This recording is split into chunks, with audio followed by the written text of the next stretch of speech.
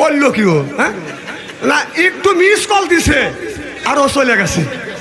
না না, খালি তোমরাই তিনজন ভালোবাসা করছো, আর কি কেউ ভালোবাসার লোক নাই? আরো তো ভালোবাসা তুই এসে ওরা বলতেছে ও আতে যাচ্ছে, আর মধ্যে ডিস্টার্ব করো না। ওরা চিন্তা করছে একটু বাড়ি রাত 12টা হবে, ফ্রি টক টাইমে কথা কবি। প্রীতির জ্বালা মোবাইলের মেলা, এখন আর চিঠি লেখা লাগে না। সারা রাত জাগিয়ে ফোনে কথা বলিয়ে লেখা পড়াইয়া ছেলের ভালো লাগে না।